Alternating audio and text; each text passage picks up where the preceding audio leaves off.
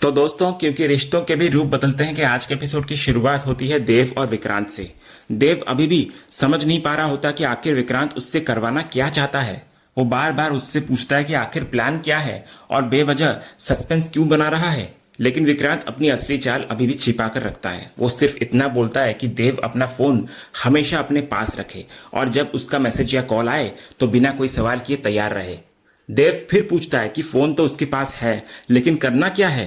इसके बावजूद विक्रांत कोई और जवाब नहीं देता। वो बस दोबारा यही कहता है कि फोन अपने पास रखना और सही वक्त का इंतजार करना।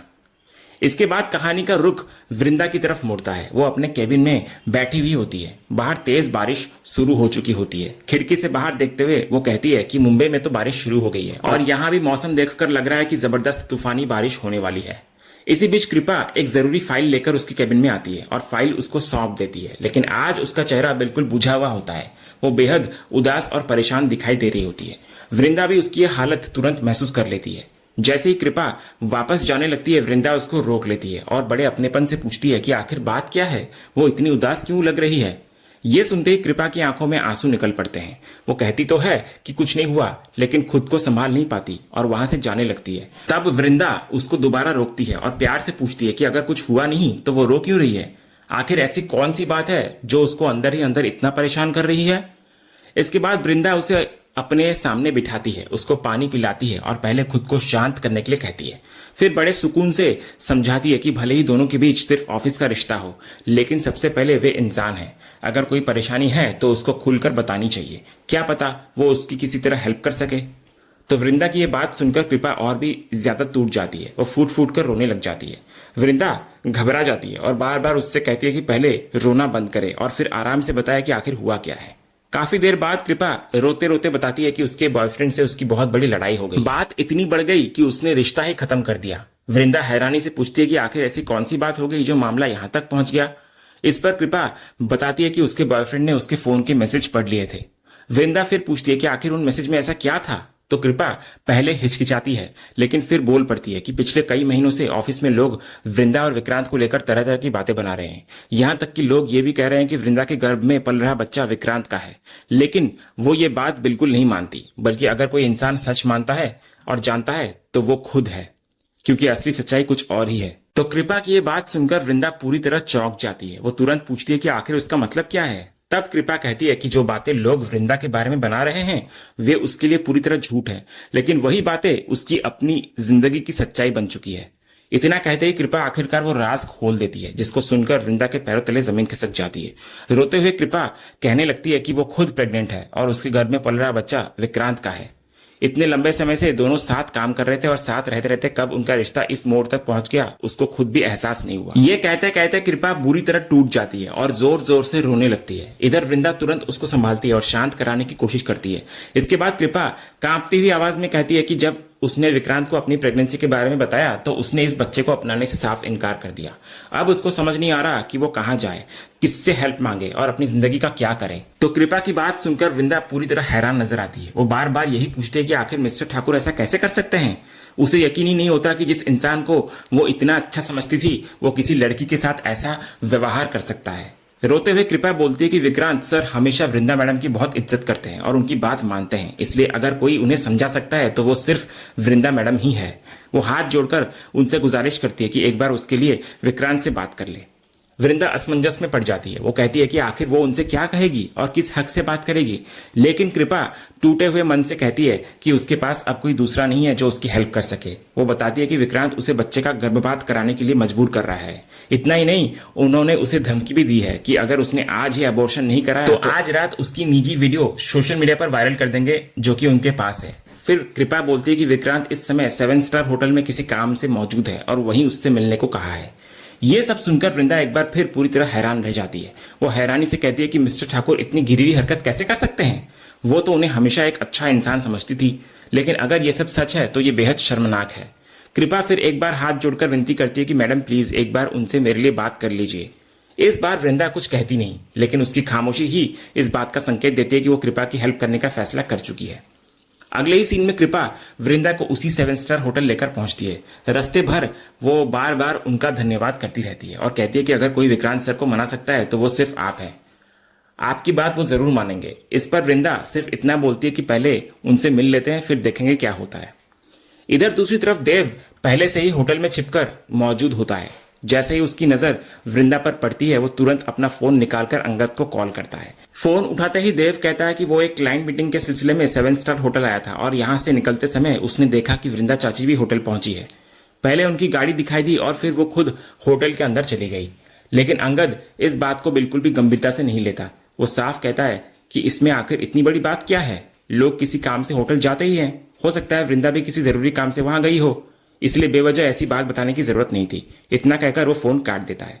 तो फोन कटते ही देव वापस विक्रांत के पास जाता है और कहता है हंसते हुए कि अंगद चाचू ने तो उसकी बात पर कोई ध्यान ही नहीं दिया, लगता है पूरा प्लान फ्लॉप हो गया। लेकिन विक्रांत बिल्कुल भी परेशान नहीं होता। वो मुस्कुराकर बोलता है कि विक्रांत ठाकुर का कोई भी प्लान कभी फ्लॉप नहीं होता। देव कहता है कि सामने से फोन काट दिया गया, इससे बड़ा फ्लॉप और क्या होगा। लगता है अब अंगद चाचू को वृंदा चाची पर पूरा भरोसा हो गया है। तब विक्रांत बड़ी चालाकी से कहता है कि जब भरोसा जरूरत से ज्यादा बढ़ जाता है तो वही सबसे खतरनाक साबित होता है, क्योंकि उस समय इंसान की आंखें बंद हो जाती है और जब वही भरोसा टूटता है तो सबसे गहरी चोट भी उसी से लगती है। देव उसकी बात समझ नहीं पाता और पूछता है कि आखिर वो कहना क्या चाहता है। इस पर विक्रांत कहता है कि सब कुछ समय आने पर समझ आ जाएगा, लेकिन अभी सबसे पहले प्लान पूरा करना जरूरी है। इधर देव थोड़ा अकड़ कर बोलता है कि अब क्या वो उसे आदेश देगा। तभी विक्रांत उसको वही 3 लाख रुपए वाली फुटेज की याद दिलाता है। इतना सुनते ही देव का पूरा अंदाज बदल जाता है। वो तुरंत हंसकर कहता है कि मैं तो मजाक कर रहा था, अब चलो जल्दी काम करते हैं। उधर कृपा और वृंदा होटल के कमरे के बाहर पहुंच जाती हैं। कृपा घबराकर पूछती है कि मैडम आप सब संभाल लेंगी ना। तो वृंदा उसको भरोसा देती है कि वो बात कर लेगी। फिर वो सिर्फ कमरे का नंबर पूछती है तो कृपा उसे एक कमरे के सामने लेकर बताती है कि यही वो कमरा है। वृंदा बेल बजाने के लिए कहती है उसे। कुछ ही सेकंड बाद दरवाजा खुलता है। सामने विक्रांत होता है। पहले वो कृपा को देखकर चौंक जाता है और पूछता है कि वो यहाँ कैसे आई।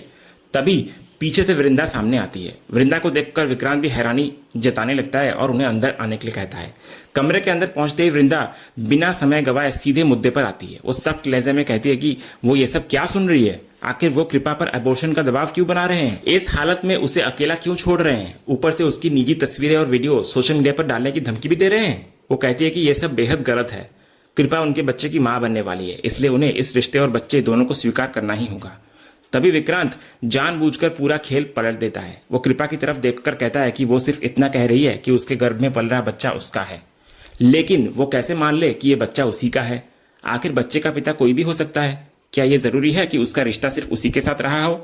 तो विक्रांत की ये बात सुनते ही वृंदा का गुस्सा फूट पड़ता है। वो साफ बोलती है कि ये बेहद घटिया सोच है।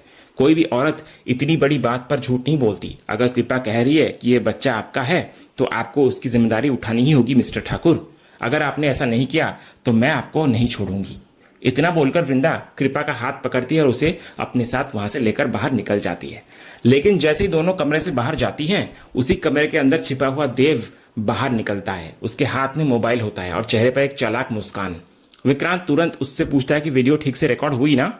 तो देव पूरे कॉन्फिडेंस के साथ कहता है कि उसने ऐसा वीडियो बनाया है जिसमें किसी को भी यह समझ में नहीं आएगा कि विक्रांत की बातें असल में कृपा के लिए थी, न कि वृंदा चाची के लिए। वीडियो बिल्कुल वैसे ही बनी है जैसी चाहिए थी। इसके बाद वो अपनी ही तारीफ करते हुए कहता है कि उसको तो बॉलीवुड में होना चाहिए, क्योंकि कैमरा संभालने से लेकर डायरेक्शन और एक्टिंग तक सब कुछ उसमें मौजूद है। विक्रांत उसकी डींगे सुनकर सिर्फ इतना बोलता है, पहले ये काम तो सही से पूरा कर लो। अगले सीन में अंगद अपने कमरे में अकेला बैठा होता है। उसके सामने बच्चे का पालना रखा होता है जिसे वो काफी दिनों से जोड़ने का समय नहीं निकाल पाया था, तो वो उसको बैठकर असेंबल करने लगता है। इसी दौरान अचानक देव का फोन आता है। अंगद कॉल उठाता है तो देव कहता है कि उसे उनसे बहुत जरूरी बात करनी है और वो ये बात फोन पर नहीं बल्कि सामने मिलकर करना चाहता है। अंगद हैरानी से पूछता है कि ऐसी कौन सी बात है जो मिलने पर ही कही जा सकती है। वो ये भी याद दिलाता है कि दोनों एक ही घर में रहते हैं, इसलिए जब देव वापस आएगा तब आराम से बात कर लेंगे। लेकिन देव जिद पर अड़ जाता है कि बाहर मिलना है। वो अंगद से तुरंत आने की जिद करता है। अंगद फिर पूछता है कि आखिर मामला क्या है, लेकिन देव जानबूझकर कुछ भी नहीं कहता और सिर्फ जल्दी आने के लिए कहता है। अगले सीन में अंगद उस जगह पहुंचता है जहां देव ने उसे बुलाया होता है। वहां पहुंचते ही वो नाराज होकर पूछता है कि आखिर उसे इस बारिश में यहाँ क्यों बुलाया गया, ऐसी कौन सी बात थी जो घर पर नहीं बताई जा सकती थी।